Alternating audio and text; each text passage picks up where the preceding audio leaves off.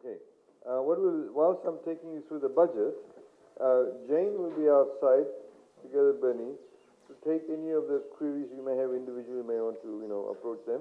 If you have any specific issues you want to discuss, or any complaints you may have, please feel free to give your complaints to them or talk to them about it. Whilst I quickly take you through the budget, because we have to have another session in Lambasa, sorry.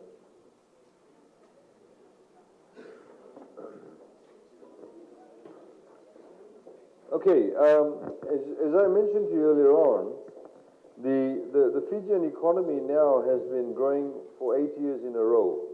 For the first time we've ever had any Fijian economy grow for 8 years in a row. We've had it for 7 years, once after independence in the 1970s and once in the 1990s. But now we've had it 8 years growing, and in fact projected to grow for at least another 3 more years after this. That's what the projections are. Now, when the economy grows, essentially it means that we are having more wealth. We're creating more wealth. And I'll explain to you how that is happening. Now, one of the reasons why we could actually do the reform and make all these changes and in fact want to do more is because the government is actually earning more money now. We're earning more capacity. So that helps us.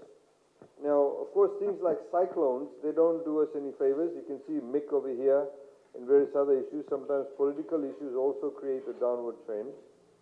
We had Winston here. Because the economy is growing strongly, even though Winston occurred here, we still grew by 2%. Winston cost us $1.4 billion US. That is the extent of the damage. A lot of people don't realize it. You have sewage pipes washed away, water pipes washed away, all the solar work we've done in many homes, bridges, roads, all get washed away. It all costs money. Many nursing stations, government buildings, agricultural offices, the roofs have all gone. They're not operational. Some police stations got damaged. $170 million worth of school repairs are we doing at the moment. So that's quite a lot of money. But the other thing that I mentioned to you is that for the first time in the last 15 years, unemployment has dropped to 5.5%. Now, whilst it dropped to 5.5%, obviously we want to continue to make it drop, but youth unemployment still remains higher than the 5.5%. What are the things that help us grow? What are the things that contribute? So you can see agriculture contributes about 0.34%. Fisheries and forests is very, very low. Obviously we're not doing something right there, or you can look at it the other way, there's a lot of potential there. Manufacturing is quite large. We're manufacturing a lot of things. You'd be surprised how many things we manufacture in Fiji, and that's growing. A lot of manufacturing is taking place because a few years ago we made a lot of significant policy changes. So if somebody, for example, brings in any machinery into Fiji, they no longer have to pay any duty, zero-rated duty. Anybody who sets up a new business in Vanuatu and between Nasori and Drasa in Lautoka, in the Viti Levu, they don't pay any taxes. So it's encouraged people to get into business and is growing that. Obviously it creates a lot of jobs. Construction is very big. I don't know how much construction is taking place in Vanuatu, but Viti Levu, you go everywhere, there's something is being done. In fact, there's so much construction going on at the moment where the contractors are bringing in workers from Bangladesh and Philippines and Indonesia. We don't have enough good tradespeople. I mean, you can lay a tile like this, but then you don't expect to lay a tile like this in a hotel or at the airport. So we lack highly skilled tradespeople. This is why we set up these technical colleges too. These are the services sector that we are, of course, investing in, and there's a lot of contributions from the finance sector, etc. You see, for us as a government, our policy is to have what we call a broad-based growth, and that's what we call spread your risk. If we only say dependent on two things for us to make money, so just say tourism and say sugar, then if there's a cyclone that hits all the sugar and hits all the tourism properties, we are left with nothing. When you have a broad-based growth, if one of them comes down, then the other will carry the can. At the moment, for example, in our tourism, most of the tourists that come to Fiji, 51% of the tourists that come to Fiji come from Australia. About 17% comes from New Zealand. So nearly 70% of all the tourists that come to Fiji come from only 2 countries. So you can imagine what will happen if the economy in Australia and New Zealand does not do well. We'll have to send workers home from the hotels. There won't be enough people coming through. So what we have to do, that's why we want more Indians, we want more Chinese, we want more North Americans, we want people to come, say, from other parts in the Middle East and South Asia and Southeast Asia to come to our country as tourists. Because if we have more people from different countries, if, say, one country stops coming, we can still depend on the others. That's what you call spreading your risk. So we don't want less Australians or Kiwis to come, we want more of them to come, but as a percentage of your arrivals, we want it to drop. A lot of opportunity for North Americans also to come to Fiji. So that's what you call spreading a risk. And we were lucky that most of the tourism properties did not get damaged in Winston. That's why we were able to bounce back really quickly. If it had stayed on the path coming from Vanuatu and hitting Suva and going through the middle of Viti Levu, most of the tourism properties would have been damaged. It would have been a completely different state. Inflation. Inflation, you know how price of goods go up and down. There are 2 major things that affect inflation in Fiji that we have absolutely no control over. One of them is the price of fuel. You see, the world price of fuel over here was about $145 a barrel. This is why inflation went up. Your electricity here in Savu Savu is generated through diesel. If tomorrow the world price of diesel goes up, the cost of generating electricity goes up. Lambasa, same thing. Diesel. Taveuni has got some hydro, but a lot of it is still diesel. In Viti Levu, about 65% of our electricity requirements comes from Monosavu. When there's less rain, Monosavu drops. So you depend on diesel. All your cars, your buses, all run on diesel. The world price of fuel goes up, we have no control. The reason why it came down here, world price of fuel from $147 a barrel, US dollars a barrel, it fell down to almost $38 a barrel. Today it sits around $49 a barrel. It was good. But then, wonderful thing called Winston happened. So when Winston came along, a small bunch of bananas in Suva cost $20. $20. Long beans cost $5 a bundle. Because things got damaged. Farms got damaged. Floods came along. Yangona cost $120 a kilo. Some people still drink it at the same rate. But you know, it used to be $60, $70 a kilo. Now it's $120 a kilo. It's still hovering around. In Viti Levu, in some parts, it's still $110, $115, $120 a kilo. That's what led to inflation. So normally, when you have a cyclone, inflation goes up, and you can see it's coming down. Of course, as more people grow more bananas, vegetables, the price of goods will come down. So they are the 2. That's what inflation is all about. So a lot of people come along, you know, a lot of these trade unionists or politicians will come along and talk about inflation as if it's something within our own control, as if we control everything. No, many things we can't control, absolutely outside our control. But you need to understand what causes the price of inflation. Now, foreign reserves, if I can take somebody as an example. This lady here, I'll just take her as an example. Nearly everything she's wearing comes from overseas. She's wearing those earrings, that's not made in Fiji. She's probably got gel in her hair, comes from overseas. The top she's wearing, probably sewn in Fiji, but the fabric comes from overseas. Her watch comes from overseas. I'm holding this comes from overseas. This pointer comes from overseas. The fans come from overseas. So when we buy these things from overseas, they don't sell it to us in Fijian dollars. They sell it to us in Japanese yen, US dollars, Aussie dollars, New Zealand dollars, euros. We buy nearly $1 billion worth of fuel from Singapore. They trade in US dollars. So in order to trade, you need foreign currency. Okay? Now, if a lot of countries, you know, just generally speaking, when they don't have enough foreign reserves, they say, oh, that country is going bankrupt because they can't buy things. This is why also exports is good. When we export things to Australia, we trade in Australian dollars, so we get more Australian dollars. That builds up our foreign currency. Over here, oh, sorry, what have I done? Sorry. So, over here, sorry.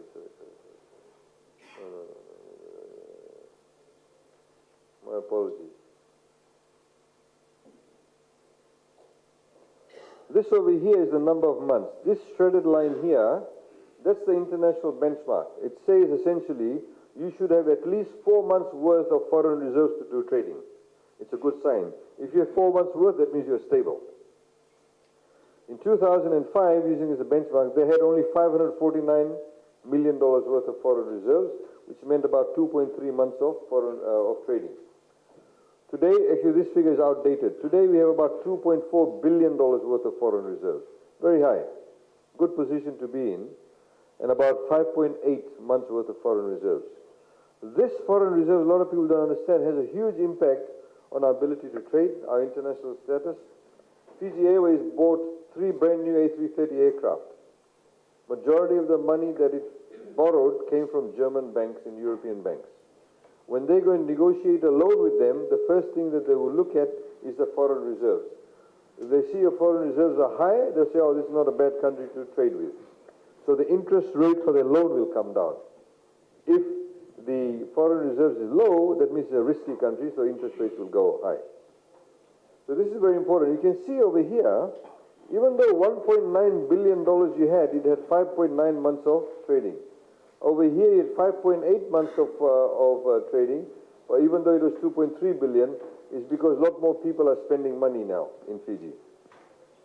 You know, I was just talking to somebody in Lautoka, and they were saying people in the Western Division, right in the interior of Viti Levu, who never had electricity, now getting electricity, and he said they're surprised at how people are buying these fridges worth $2,000 to $3,000 each. People are now buying washing machines. Now, when they buy all this washing machine, the television set, and fridge, because they've got electricity, all of that is not made in Fiji, it comes from overseas. It creates a demand for foreign currency. Deficit, you know how we talk about fiscal deficit? Deficit is about, when you have a deficit, it means you spend more money than what you actually make. Okay? Most governments in the world spend more money than what they actually make every year. So, you know, when you stand up in Parliament, you say we have a deficit of 2.4% of GDP. In other words, it's a percentage of your gross domestic product. And I'll explain to you what GDP is. The trick, of course, is to make sure that the deficit, this is the line. See, this is zero. Anything above that is what you call surplus. In other words, you spend less than what you make. So we've had a surplus only 3 times in our history. Now, this surplus here was probably that year we just underspent. Did not spend enough. Made more, but we did not spend enough. So the trick is to make sure that these lines don't get too long. And the trick also is that you spend most of your money. When you're actually borrowing money, you should always try and borrow money to build things, not to operate things. And I'll explain to you why. So you can see our deficit is we're bringing it down. Of course, things like cyclones and windstorms did not help, because you have to go out and borrow more money. You landslides, you build roads, build schools and all of that, you have to borrow more money. So as a percent of GDP is 2.4. What is GDP? GDP is gross domestic product, which essentially means the value, put it simply, the value of your goods and your goods that you make in that country for that particular year. Our GDP at the moment in Fiji is about little over $10 billion. That's the value of our GDP.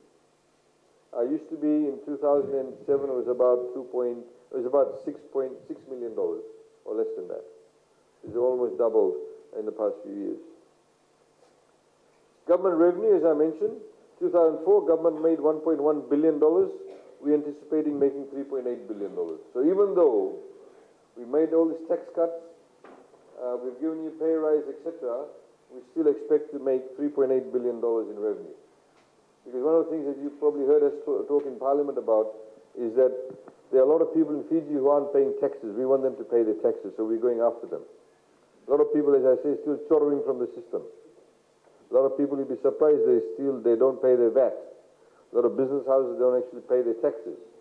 So we're getting greater compliance. If we get greater compliance, we collect more revenue, that means we can give you bigger pay rises. You know, improve allowances. We can then build more roads and hospitals without actually having to borrow more money. This is how we collect revenue. Direct taxes, you know, those of you who pay taxes, that's your tax revenue, it comes here. That's about 20.5%. Value-added tax, VAT comes there. Customs, this is when people bring in goods into, like when you bring in the fridge, and at the border you have to pay a duty on it. That's what you call the customs. A lot of businesses still steal from the system. They may bring in $10 million worth of goods. At the border, they'll say, oh, it's 2 million. So they pay duty only on 2 million. So, of course, and the old rule was that if you get caught, then they say, oh, sorry, we'll pay it for 10 million. Nobody did anything to them. The Fiji Revenue and Customs Service, as it's called, when they had a salary review recently, the people who got the highest pay rise in excess of 50% were the customs officers, because that's where a lot of the corrupt practices take place. That's why we've actually had that. Now, infrastructure development, health, education, access to justice, social protection, all these expenditures we put together just to show you how much you're getting now. In 2004 is $1.3 billion. Today we spend $4.3 billion, all of those areas combined. Social protection, of course, is like things like abandoned children, people living below poverty line, disability allowance now we give. A lot of people in particular, a lot of them I assume would be in this part of Fiji too. A lot of people who live in villages, who are farmers, who are fishermen, they've never worked for anybody. A lot of women in Fiji have never worked for anybody. So when you don't work for anybody formally, that means you don't have any FNPF. So when you retire, you don't have any pension. Unlike you people, you'll have a pension when you retire. So these people now, of course, society is changing. Traditionally in Fiji, if you were a parent, when you get old, your children look after you. When they get old, their children look after them. A lot of that is not necessarily happening. So now what we have done, we started a few years ago, if you're the age of 70, we gave you $30 a month. Then we reduced the age to 68, we gave you $50. As announced in the budget, we've now kept it to 65, and we give $100 a month to anybody over the age of 65, man or woman, husband or wife, even if they're in one house. We give them $100 each if they've never had FNPF before, because they need those expenses. Many of these people don't have any form of social security. Access to justice, of course, is legal aid.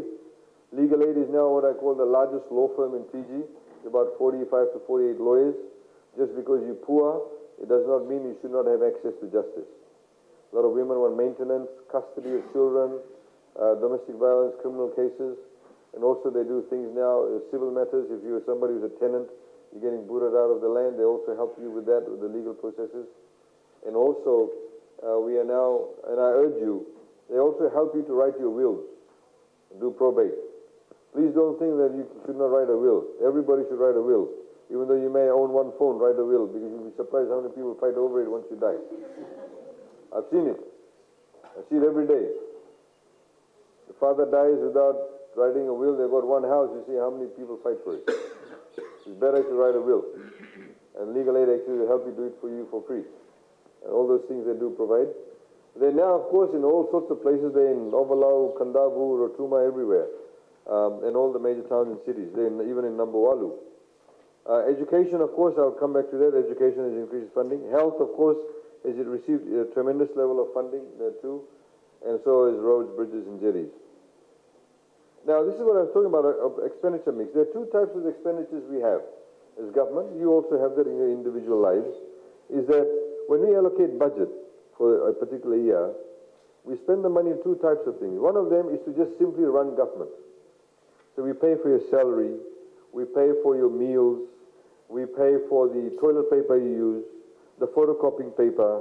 Today my team has come down, we've come down from Viti Levu, paying for the airfare costs, the fuel, the Commissioner Northern's team when they drive around and try and go and visit places, the running expense. That's what you call the operational expenditure. Running your hospitals, that's all operational expenditure. The other one is your capital expenditure. Capital expenditure, when you spend money to build things, when you buy assets. So obviously when you are borrowing money, you should try and spend more money in building things. The example that I used to give with the high school students when I did the budget consultations with them, I said, assuming that all of you want to go and have a party at McDonald's, right? You want to have a party at McDonald's, but you don't have any money. So you go to whatever bank, ANZ, and they say, okay, don't worry, we'll give you the money. They give you a loan. You go to McDonald's, you buy the burgers, you buy the drinks, have a big party, you finish it all. You wake up in the morning, the burgers are gone, but the debt is still there. And you got nothing to show for it. If you all got together and then went to the bank and want to build, say, a new classroom or whatever, when you have the building completed, The debt is there, the building is there. After a while, the debt will be gone, but the building will remain. You should try and spend more money in building things, in particular when you're borrowing. So I'm glad to say today in government, we meet all our operational expenditure from the money we make. We don't borrow money to pay your salary. We don't borrow money to run the schools. We don't borrow money to pay for the salaries or the operational costs. We only borrow money to build. So one of the ways we've done that, of course, you can see 2004, in that year, 83%, the blue line, went into paying for the running of government. Only 17% went into capital expenditure, which is building things. Today we spend 59% in operating, but a whopping 41% in capital. So nearly close to 45 to 50% we spend money in capital expenditure. There's a lot of expenditure that's taking place in terms of capital infrastructure. Funding for roads and bridges, this is good old PWD days, 55 million. Today you get about 528 million. This is why I see so many people connected to electricity and all of that. But that's not part of the hit. Over here I'll show you electricity. Water and energy, again. So, before they used to, if you want to get connected to the grid, the community living there had to pay a 10% contribution fee. We've got rid of all of that. There's no contribution fee anymore. A lot more people are connected to electricity. If you earn less than $30,000 a year, you have electricity, we pay 50% of the electricity cost. The unit cost of electricity is 34 cents for domestic usage. If you earn less than $30,000, we actually pay for 50% of that. We don't get FEA to subsidize you, we pay FEA, because we need to make sure that FEA runs properly like a commercial enterprise. And of course, we have the free water scheme similarly. Funding for education, you can see how it went up jumped from 351 to 520. These are free education, all the way from early childhood, all the way up to now high school. And of course, we have the toppers and the TELs, and the funding for that has increased. Health, this is where how much you're getting, $388 million. That's how much money we've allocated for Ministry of Health. Doctors have got, of course, a new salary. We've been recruiting, as you know, every year. New nurses, we're creating new positions for new nurses, and of course for doctors too. This includes also construction, and of course your pay and all of that is factored into this too. One of our challenges, of course, is to get the specialist doctors. A lot of people think it's easy to get specialist doctors. It's not. When you go overseas and say we want a specialist to be based, say, in Manualevu, the first one of the things they'll ask you, say, what's the nightlife like in Lambasa? How many cinemas do you have in Lambasa? So these are the things that people look at nowadays when you go overseas. They want to know, is there an international school in Manualevu where my children can go to? So there are difficulties in attracting people too. And these are some of the challenges we do face. I mean, one of the things that I forgot to mention in capital expenditure, we're now doing this, the new cable is going to land here in Savu to connect you to the internet, the cable. So by next year, the internet speed in Manualevu will increase by 100%. The speed of the internet will increase by 100%. More people can get connected to the internet. We have in Viti-Levu call centers being set up. The call centers are where people answer phone calls. So if you go to, say, in USA, a lot of these, say, insurance companies, if you're somebody who wants to make insurance claim, you want to ring up the insurance company, when you dial the number of the insurance company, the person who answers your phone call is not somebody in USA, somebody sitting in India or Philippines. It's cheaper for them to set up a call center in those two countries than to have a call center in USA. We have call centers like that in Fiji now. And some of their clients are mainly from Australia and New Zealand. So some Australians ring up to the insurance company, the person who's answering the phone call and giving them the details is a Fijian citizen. So it was interesting, just a few years ago, a company called Mindpro came to Fiji. They're a call center company. They do back-end processing too. And so for 3 years, just to encourage them to be in Fiji, every salary they paid to every Fijian, we actually gave them a rebate for 3 years, just so they would stay in Fiji. The reason why we wanted them to stay in Fiji is because the moment you have such a high-profile company coming into your country, Others will see, hey, they've gone to Fiji, let's go there too. So I asked them, why did you come to Fiji? They said, well, there are 3 or 4 things. One of them, they said, is Fiji is the right time zone. We're exactly 12 hours ahead of Greenwich Mean Time. Second thing is that we speak in English. We have a young population. They like young people. The fourth thing actually was, is something that we did not know about, apparently our accents are neutral.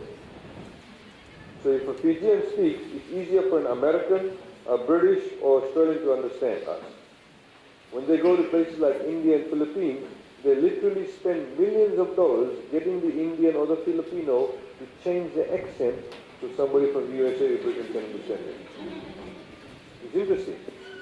But of course, we need to, the reason I'm telling you the story is once your internet speed increases here, there's opportunity for call centers to be created in Vanuatu. So, obviously it will be more attractive to come here too.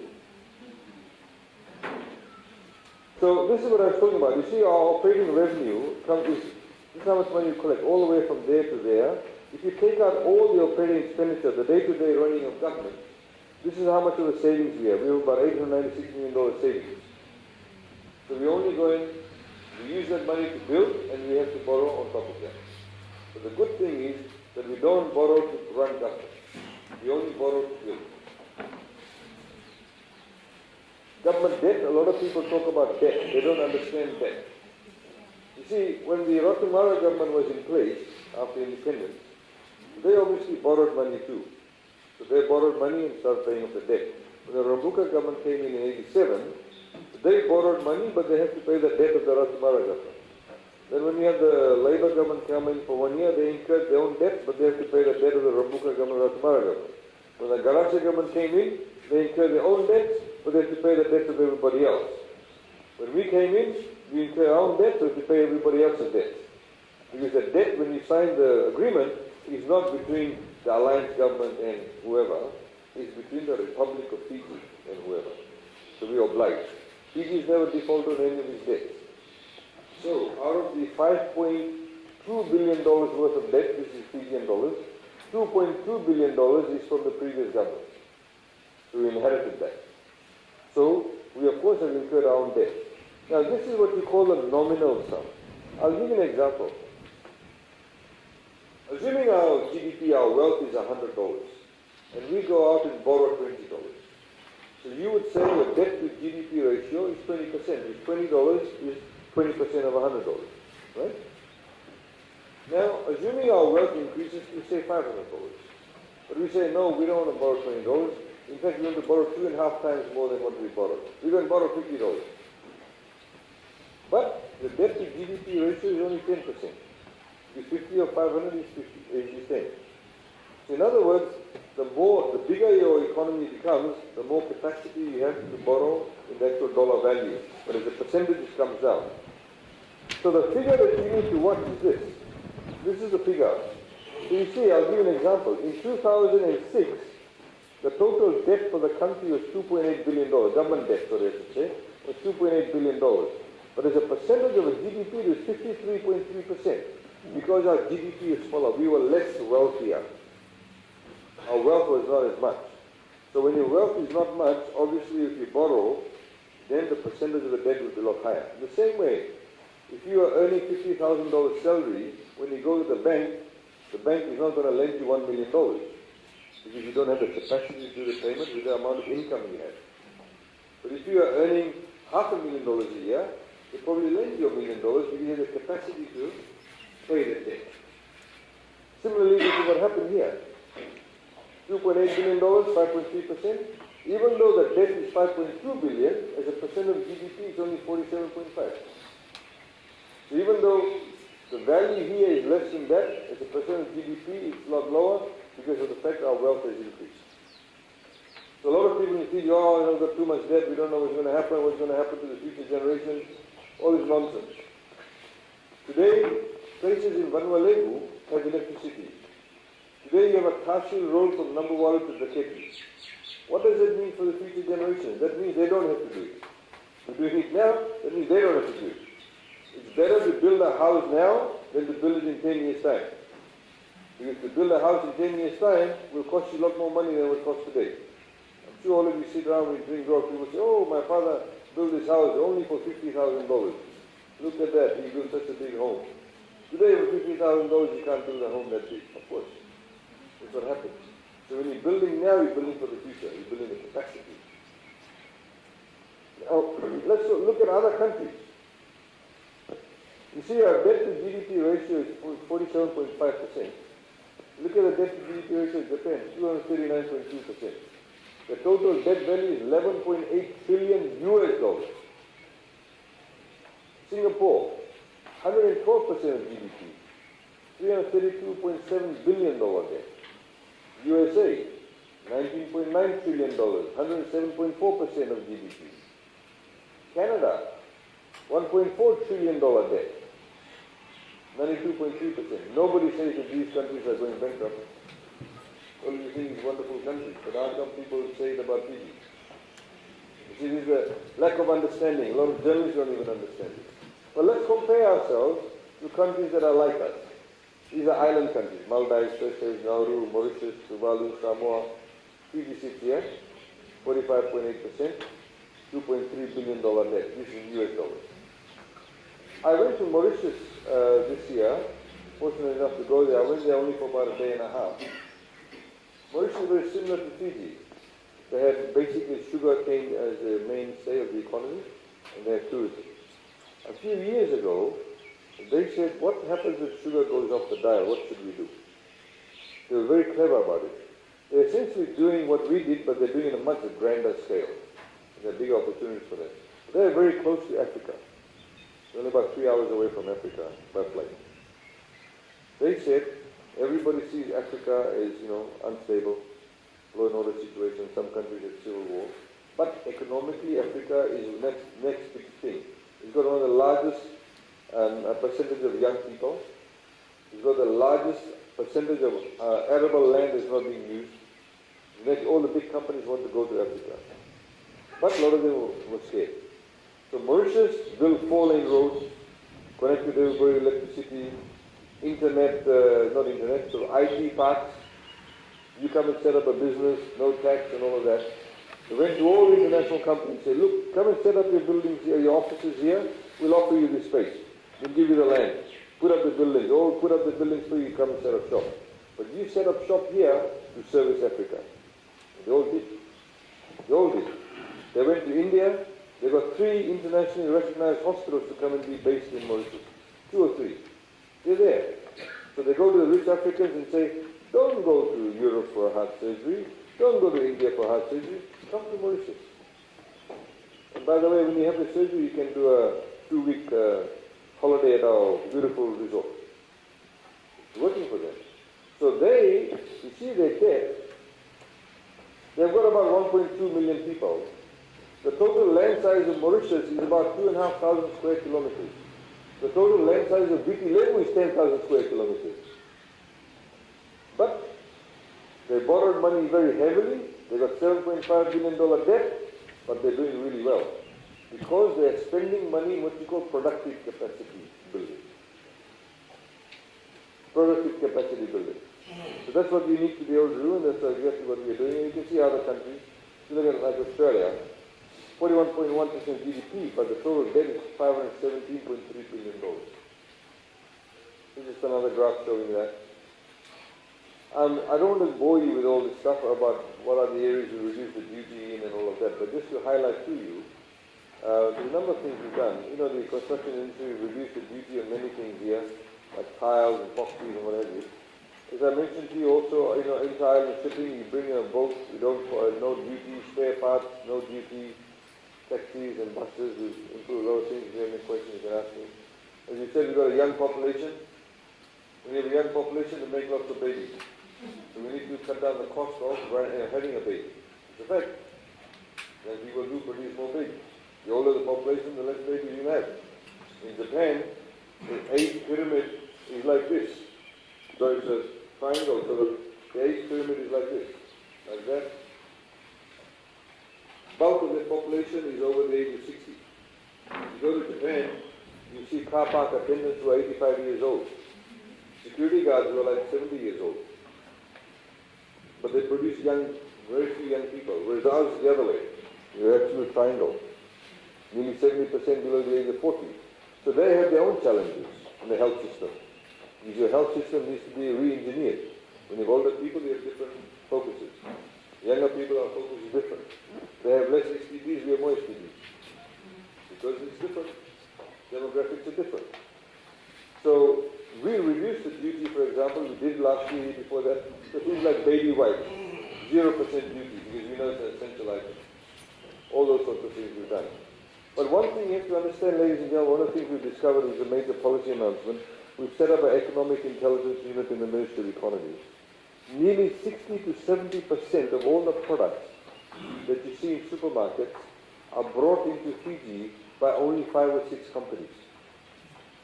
Only 5 or 6 companies. They then sell it to all the supermarkets. Many of these companies have sole agency. So you know the Johnson & Johnson baby product, it's only, the agency is owned by only one man, one person, one company. So even though we've reduced duty to 0%, he still has a monopoly, so he still charges. So for example, the way I'll do is this. So assuming, say if something was $100, we should charge 32% duty. So if we add this $132, right? Now, if we reduce the 32% duty to 0, he should be paying only $100. But that has not been happening. So if she's the sole importer of this particular product, it lands here, no more duty she pays, she lands it at $100. She then sells it to the supermarket for say $200. He makes a $100 margin. When he gets it $200, he then sells it to the consumer when you walk into the supermarket, maybe for say $230, or say $250. He puts a $50 markup, $250. Then we put the VAT. VAT of say 9% of $250 is be about say $23, $24, $22, right? That's how much VAT you pay. So even though if we say, okay, let's remove VAT, you know how a lot of people talk about let's get rid of VAT and price of things will come down. It won't. Even if you reduce VAT, the moment you reduce VAT, she buys it now for $250, because she's got the monopoly, next time around, instead of selling to him for $200, she can sell it to him for $400. We have no control. She sells it to him for $400, he sells it to you at $500, even though you don't pay VAT, price of it has still gone up. The point is this, so what we have done now, we've now got the Fijian Competition and Consumer Commission to look behind the retailer, to see which companies in Fiji have monopoly over certain items. So wherever they have a monopoly over certain items, then we're going to price control them at the wholesale level. That's what we do. So I don't know how many of you have seen, do you get Fiji Sun in part of Fiji? Yes?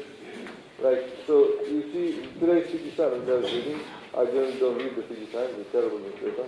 But anyway, you see the ad, there's a new supermarket chain that's come on, Max Value. You see how the prices have come down? Who owns Max Value? MHE. Why have they done that? You can ask yourself the question. All of a sudden, in the past few weeks, Max Value has popped up. Because they know that we're doing these background checks.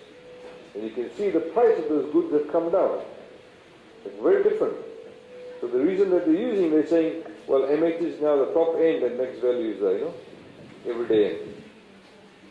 So you see, these are some of the changes that are taking place. That's what we're doing. It's a major announcement. We're going behind the scenes in terms of the economic intelligence unit we're setting up and all of that. So, just to, this information is available there. Have you got that bag? So, this is the budget estimate. This gives you a breakdown of every single ministry, and even within the ministry, it sets out every division. Northern Division hospitals, how much money they're getting, how much money you're getting for rations, how much you're getting for salaries. Every single thing is there. Please go and read it, so you understand. So when somebody says to you there's no money, you know that they're lasu-lasuing to you. Right? We had some people who were told a few years ago, oh, we can't pay you overtime because there's no money. It's not true at all. We've heard that comment so many times. Somebody is too lazy to do the processing. We've got a budget address, there's a supplement. These are the budget files. The budget flyers are very interesting. We decided to do this about 2 years ago, where every single ministry will give the major expenditure, but organizations like Water Authority of Fiji, Fiji Electricity Authority, but also rural electrification, it has a list of every single water tank where it will be delivered. Which village will get how many water tanks and what's the size of the water tank. Which area will get electrification. All that information is there. But, sorry,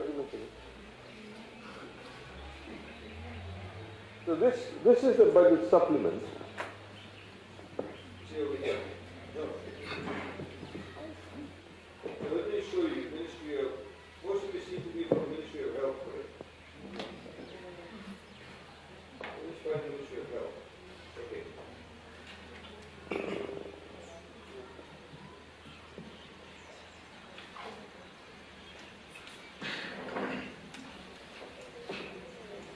Okay, so over here, so I can't hold the mic. So if you look at Ministry of Health, you have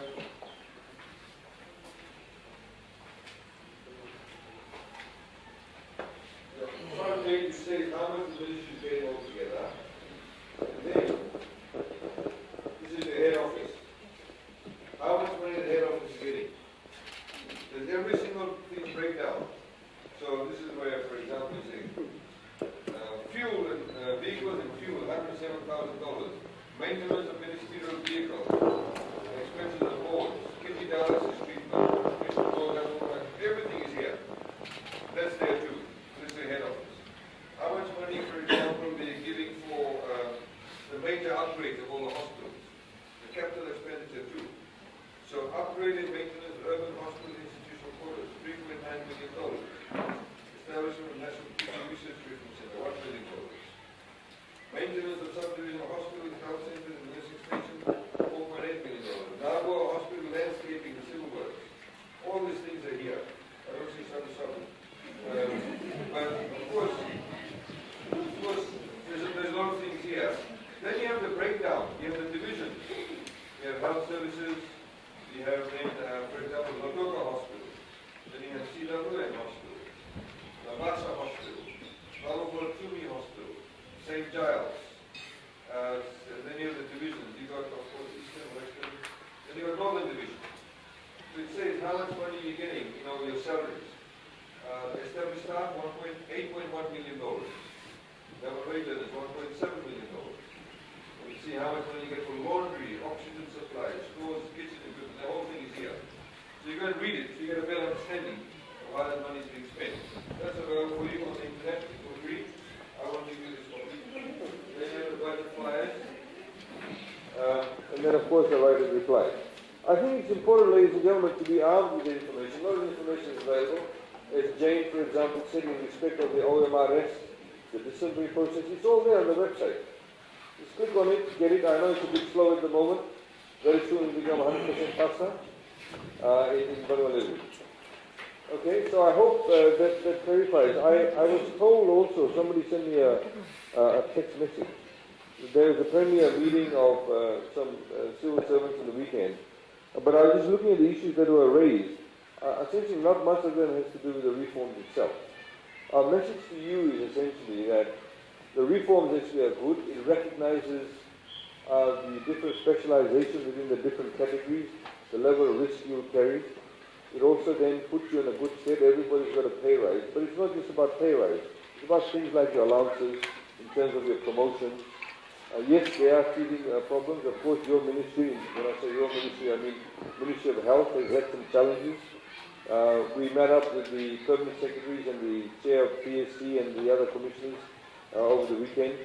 A lot of things must improve.